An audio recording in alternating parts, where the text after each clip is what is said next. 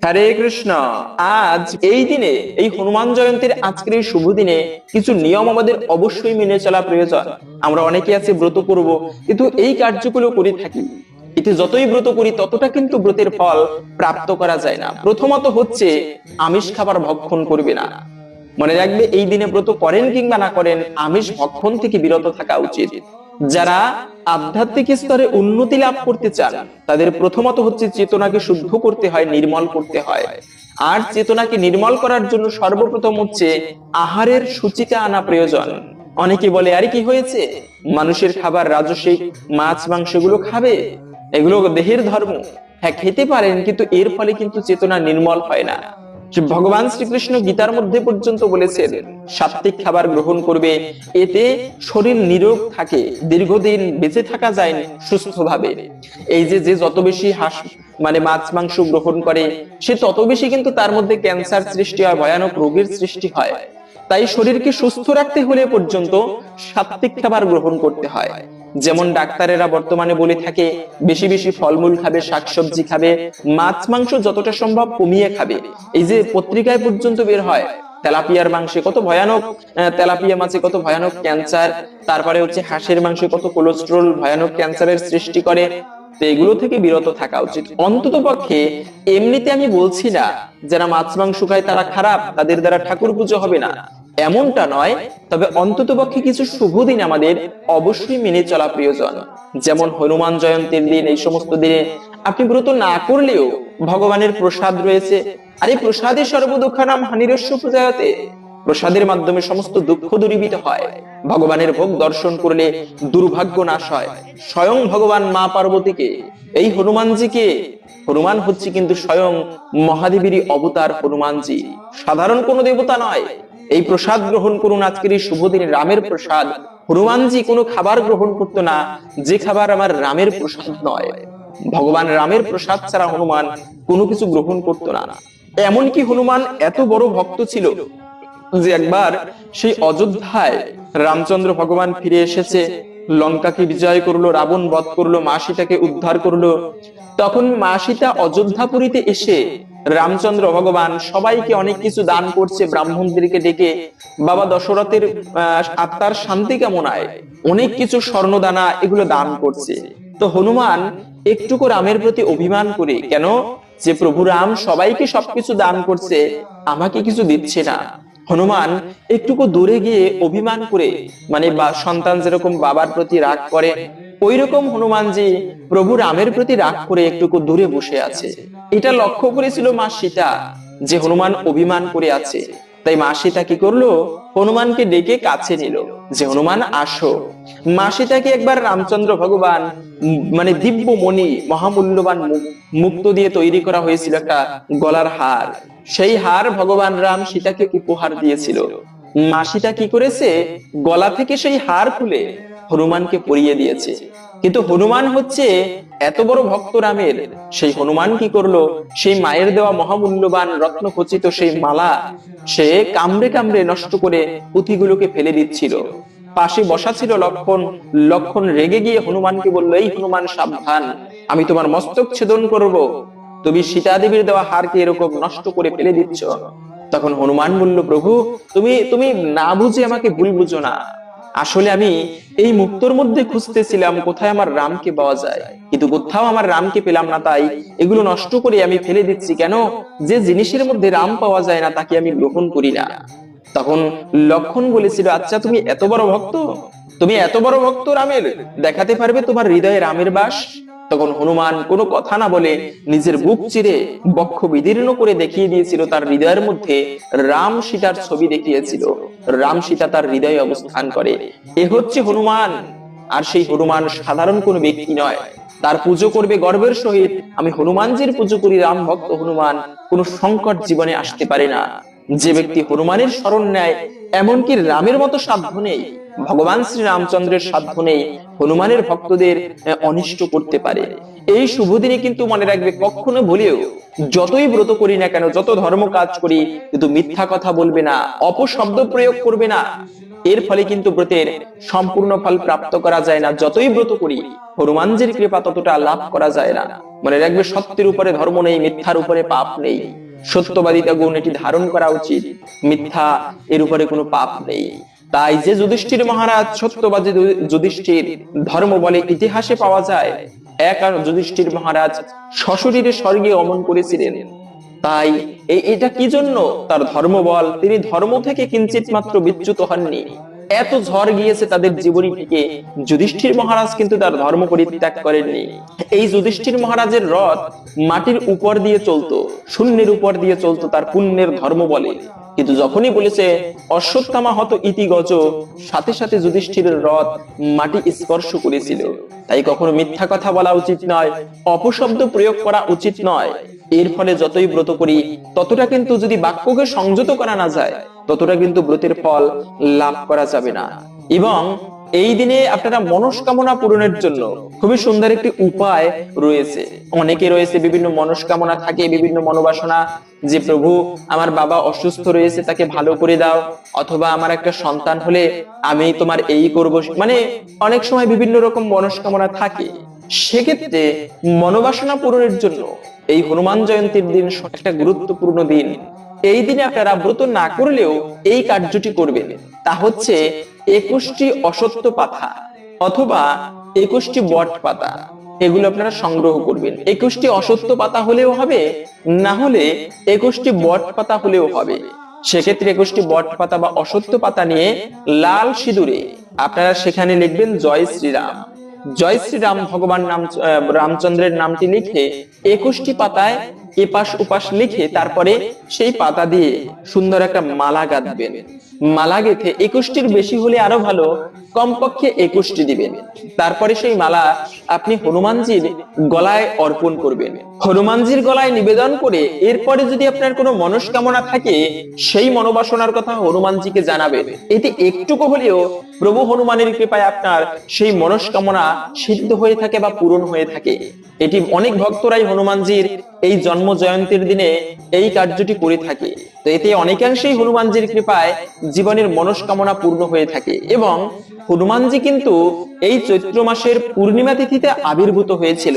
সেজন্য আমরা এখন জেনে নিচ্ছি এই পূর্ণিমা তিথি কতক্ষণ থেকে কতক্ষণ থাকবে।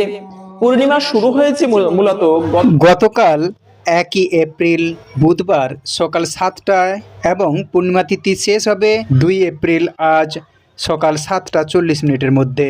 এই সময়টুকুর মধ্যে এই সেই চৈত্র পূর্ণিমা তিথি থাকবে। তাই উদয়া তিথি মেনে আজ 2 এপ্রিল বৃহস্পতিবার 8ই চৈত্র 1432 বঙ্গাব্দ হনুমান জয়ন্তী পালিত হবে। এবং এই দিনে আপনারা অবশ্যই চেষ্টা করবেন হনুমানজিকে, যেমন হনুমান লাড্ডু পছন্দ করে, আরে হনুমানের কৃপা লাভের জন্য কত উপায় রয়েছে। তার প্রিয় ফল, যেমন হনুমানজি ফল খেতে পছন্দ করে, এটি গরমের সিজন, তাই আপনি সুমিষ্ট যে রসালো ফল, আম্র ফল হনুমানকে ভোগ দিতে পারেন। তারপরে হচ্ছে আপনি লাড্ডু ভোগ দিতে পারেন, এটি খুবই শুভ, হনুমানজি পছন্দ করে এগুলো। আর হনুমানের প্রসন্নতার জন্য যে কার্যই করা হোক না কেন, সেটি হচ্ছে পুজো করা। এতে হনুমান অত্যন্ত প্রসন্ন হয়ে থাকে। এই সময় আপনি হনুমানকে প্রিয় ফল, যেমন হনুমানের লাড্ডু খুবই প্রিয়, এটি হনুমানকে ভোগ নিবেদন করতে পারেন। এবং অবশ্যই আপনারা এই দিনে ব্রত করতে না পারলেও চেষ্টা করবেন হনুমানজির জন্ম কাহিনী শ্রবণ করতে। এই হনুমানজির ব্রত কথা শ্রবণ করে একটা পুষ্প, যেমন লাল ফুল হনুমানের প্রিয়, এই লাল ফুল হনুমানজিকে অর্পণ করতে। কেননা সনাতন ধর্মের নববিধা ভক্তির প্রথমত হচ্ছে শ্রবণ করা। শ্রবণম মঙ্গলম, শ্রবণ করলে মঙ্গল সাধিত হয়। তাই এই শুভ দিনে চেষ্টা করবেন, ব্রত করেন কিংবা না করেন, হনুমানজির ব্রত কথা শ্রবণ করে কিছু পুষ্প সেই হনুমানের চরণে নিবেদন করতে। এর ফলে অনেকাংশেই এই ব্রতের ফল প্রাপ্ত করা যায়। এবং অবশ্যই আপনারা এই দিনে হনুমানের মন্ত্র জপ করবেন, তা হচ্ছে ওম শ্রী হনুমতে নমা, ওম শ্রী হনুমতে নমা, ওম শ্রী হনুমতে নমা। তো এখন আসুন ধৈর্য ধরে এই হনুমানজির বিশেষ ব্রত কথা শ্রবণ করি। হনুমানজি কিভাবে আবির্ভূত হয়েছিল এবং তিনি এই জগতে কি কি অদ্ভুত কার্য করেছেন, আসুন এখন একান্ত ভক্তির সহিত এই হনুমানজির সেই হনুমান জয়ন্তীর বিশেষ ব্রত কথা শ্রবণ করি। এতে অনেকাংশেই হনুমানজির বিশেষ কৃপা লাভ করা সম্ভব। শুরু করছি হনুমান জয়ন্তীর ব্রত কথা। পবন দেবতার ঔরসে অঞ্জনা কেশরী নামক বানরের স্ত্রী বানরীর গর্ভে এই হনুমান জন্মগ্রহণ করেন। একবার অঞ্জনার রূপে মুগ্ধ হয়ে পবন দেবতা তাকে আলিঙ্গন করেন। এতে অঞ্জনা ক্ষুব্ধ হয়ে পবন দেবতাকে তিরস্কার করলে পবন দেবতা তাকে জানান যে তিনি অঞ্জনার সাথে মনে মনে মিলিত হয়েছেন। তারপরেও এই মিলন থেকে এক পরাক্রান্ত পুত্রের জন্ম হবে। একটা গুহার মধ্যে হনুমানকে প্রসব করেন।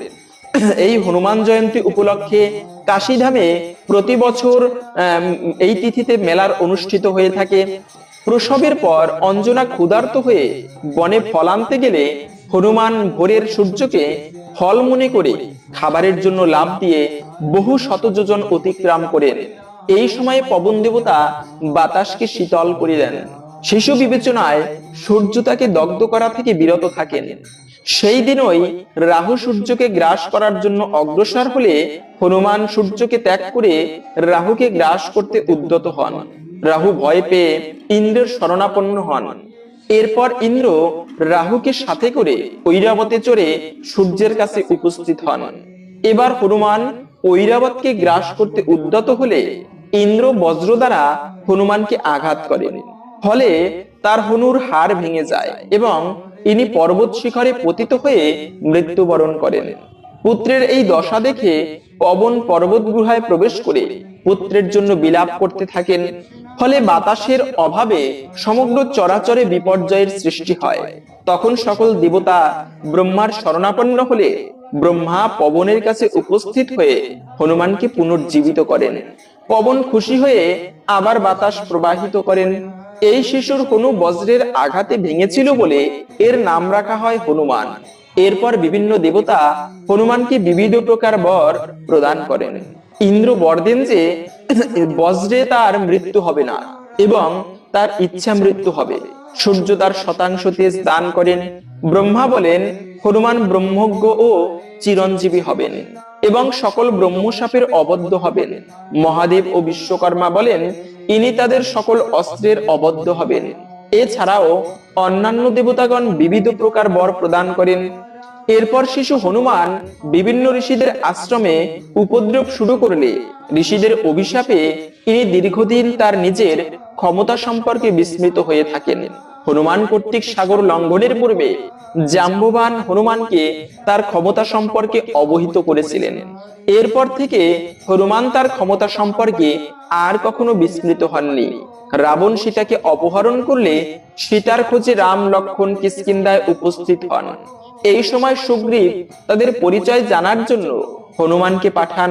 হনুমান এদের পরিচয় লাভ করার পর রাম লক্ষ্মণ দুই ভাইকে পিঠে চড়িয়ে সুগ্রীবের কাছে এনেছিলেন। এরপর রাবণ ও সীতার অনুসন্ধানে সুগ্রীব বিভিন্ন দিকে চর পাঠান। হনুমান ও রামের আংটি নিয়ে দক্ষিণ দিকে যান। এই অনুসন্ধানকালে সম্পাতের কাছে সীতার অবস্থান জানতে পেরে হনুমান সাগর লঙ্ঘন করে লঙ্কায় উপস্থিত হন। প্রতিমধ্যে পবন দেবতা গন্ধর্ব ও ঋষিরা হনুমানের শক্তি পরীক্ষার জন্য নাগমাতা সুরসাকে পাঠালে ইনি পরীক্ষায় জয়লাভ করে লঙ্কার পথে রওনা দেন। সুরসা রাক্ষস রূপ ধারণ করে হনুমানের পথ রোধ করে বলেন যে দেবতারা তাকে তার খাদ্যরূপে নির্দিষ্ট করেছেন। উত্তরে হনুমান বললেন যে তিনি সীতাকে উদ্ধার করতে লঙ্কায় রামের দূত হয়ে যাচ্ছেন। মা সীতার সংবাদ প্রভু রামকে দিয়ে তিনি সুরসার মুখে প্রবেশ করবেন। এরপর সুরসা বললেন যে কেউই আমাকে অতিক্রম করে যেতে পারবে না, এই বর তিনি লাভ করেছেন। এরপর হনুমানকে মুখে প্রবেশ করার কথা বলে তার মুখ প্রসারিত করলেন। প্রথমে হনুমান তার দেহকে 10 যোজন বিস্তৃত করলে সুরসাও তার মুখ 10 যোজন বিস্তৃত করলেন। এরপর সুরসা 20 যোজন মুখ বিস্তৃত করলে হনুমান 30 যোজন বৃদ্ধি প্রাপ্ত হলেন। এইভাবে দুইজনেই আয়তন ক্রমেই বৃদ্ধি হওয়ার সময় হনুমান হঠাৎ করে নিজেকে অঙ্গুষ্ঠ পরিমাণ আকৃতি ধারণ করলেন। পরে সুরসার মুখে প্রবেশ করে আবার বেরিয়ে এলেন। এরপর সুরসা নিজ মূর্তি ধারণ করে হনুমানকে আশীর্বাদ করেন। পথে সিংহিকা নামক এক রাক্ষসীর সাথে তার সাক্ষাৎ হয়। এই রাক্ষসী জীবের ছায়া আকর্ষণ করে তাকে আহার করত। হনুমানের ছায়া আকর্ষণ করে তাকে আহার করার জন্য উদ্যোগ নিলে হনুমান প্রথমে তার শরীর বৃদ্ধি করে, সেই কারণে সিংহিকাও তার মুখ বিস্তার করতে হয়। পরে হনুমান হঠাৎ করে তার শরীর সংকুচিত করে সিংহিকার শরীরে প্রবেশ করেন এবং তার হৃৎপিণ্ড ছিন্ন করে তাকে হত্যা করেন। লঙ্কায় প্রবেশ করে হনুমান তার দেহ বিড়ালের মতো ছোট করে মা সীতাকে খুঁজতে থাকেন এবং শেষ পর্যন্ত অশোক বনে মা সীতার সন্ধান পান। এরপর হনুমান সীতাকে রামের আংটি দেখিয়ে আশ্বস্ত করেন। এর প্রতিদানে সীতা তাকে চূড়ামণি প্রদান করেন এবং রামের বিশ্বাস উৎপাদনের জন্য সীতা তাকে তার মাথার মণি প্রদান করেন। ফেরার সময় ইনি অশোক বন ধ্বংস করেন। তাকে ধরার জন্য রাবণ 5 সেনাপতি ও পুত্র অক্ষয় কুমারের অধীনে এক বিশাল সেনাবাহিনী প্রেরণ করেন। এই যুদ্ধে হনুমান অক্ষয় কুমার সহ সকলকেই হত্যা করেন। এই সময় রাবণের নাতি জাম্বুবালিও নিহত হয়। এরপর রাবণ তার শ্রেষ্ঠ পুত্র ইন্দ্রজিৎকে প্রেরণ করেন। ইন্দ্রজিৎ হনুমানের উদ্দেশ্যে ব্রহ্মাস্ত্র প্রয়োগ করলে ব্রহ্মার সম্মানার্থে ও রাবণের সাক্ষাৎ লাভের আশায় ব্রহ্মাস্ত্রের বন্ধন স্বীকার করেন। বন্দী অবস্থায় রাবণের সামনে তাকে উপস্থিত করা হলে হনুমান সীতাকে অপহরণের জন্য রাবণকে তিরস্কার করেন। ক্ষিপ্ত রাবণ তাকে হত্যা করতে উদ্যত হলে বিভীষণের অনুরোধে এই হত্যাকাণ্ড থেকে রাবণ নিজেকে বিরত রাখেন। কিন্তু এর পরিবর্তে রাবণ হনুমানের লেজে আগুন লাগানোর আদেশ দেন। রাক্ষসেরা এই আদেশ অনুসারে হনুমানের লেজে আগুন লাগিয়ে ছেড়ে দিলে হনুমান লাফিয়ে লাফিয়ে লেজের আগুন দ্বারা সমস্ত লঙ্কা নগরীতে আগুন ধরিয়ে দেন। এই সময় সীতার প্রার্থনায় হনুমান লেজের আগুন থেকে রক্ষা পান। লঙ্কায় অগ্নিকাণ্ড ঘটানোর পর হনুমান সমুদ্রে লেজের আগুন নিভিয়ে পুনরায় সাগর লঙ্ঘন করে ফিরে আসেন এবং প্রভু রামকে সকল বিষয় জানান। লঙ্কা যুদ্ধের সময় ইনি এককভাবে অসীম বীরত্ব প্রদর্শন করেন। তার হাতে ধূম্রাক্ষ, অকল্পন, দেবান্তক, ত্রিশিরা, নিকুম্ভ নামক রাক্ষস সেনাপতি নিহত হয়। ইন্দ্রজিৎ বধের সময়ে হনুমান লক্ষণের বাহন হয়েছিলেন। রাবণের নিক্ষিপ্ত শক্তিশালের আঘাতে লক্ষণ মৃতপ্রায় হলে সুসেনের পরামর্শে বিশল্য করালি নামক ঔষধি আনার জন্য গন্ধমাদন পর্বতে যান। বিবিধ গাছপালার মধ্যে ইনি এই গাছটি খুঁজে না পেয়ে পুরো পর্বত তুলে আনেন। পরে এখান থেকে সঠিক গাছটি নিয়ে লক্ষণকে জীবিত করা হয়। যুদ্ধ শেষে হনুমান সীতার কাছে রাবণের সংবাদ দেন এবং মা সীতাকে প্রভু রামের কাছে পৌঁছে দেন। অযোধ্যায় রাম, লক্ষণ ও সীতা ফিরে আসার সময় রাম হনুমানকে নন্দীগ্রামে ভরতের মনোভাব জানার জন্য পাঠিয়েছিলেন। অযোধ্যা থেকে ফেরার সময় রাম তার শরীরের সমস্ত অলংকার হনুমানকে প্রদান করেন। সেই সাথে রাম হনুমানকে বর দেন যে যতদিন পৃথিবী থাকবে ততদিন হনুমানও জীবিত থাকবেন। দাপর যুগে ভীম যখন দ্রৌপদীর অনুরোধে পদ্ম সংগ্রহের জন্য ভুল করে মানুষের অগম্য স্বর্গপথে রওনা দেন, তখন হনুমান তার পথ রোধ করে বসেছিলেন। উল্লেখ্য, ভীমও ছিলেন কিন্তু পবন দেবতার পুত্র। সে কারণে হনুমান ছিলেন ভীমের বড় ভাই। ভীম হনুমানকে পথ ছেড়ে দিতে বললে হনুমান তাতে রাজি হলেন না। ভীম তার অগ্রজকে চিনতে না পেরে আপসালন করতে থাকলে হনুমান তার লেজ বিছিয়ে দিয়ে বললেন, তুমি এই লেজ সরিয়ে তোমার গন্তব্যে যাও। এরপর ভীম বহু চেষ্টা করেও উক্ত লেজ সরাতে অক্ষম হলে হনুমান তার পরিচয় দেন। এরপর ভীম তার অগ্রজের কাছে ক্ষমা প্রার্থনা করে কুরুক্ষেত্রের যুদ্ধে এই হনুমান আড়ালে থেকে ভীমকে সাহায্য করেছিলেন। এই ছিল মূলত বীরত্ব হনুমানের জীবন কাহিনী। আশা করি বুঝতে পেরেছেন হনুমানজি কতটা বীরত্ব প্রদর্শন করেছিলেন তার জীবনীতে এবং কতটা তিনি রাম ভক্ত। তাই যদি আজকের এই তথ্যগুলো জেনে আপনি সমৃদ্ধ হয়ে থাকেন বা ভালো লেগে থাকে, অবশ্যই একটা লাইক করে কমেন্টে জয় শ্রী রাম ভক্ত হনুমানের জয় একবার হলেও লিখে যাবার অনুরোধ জানাচ্ছি।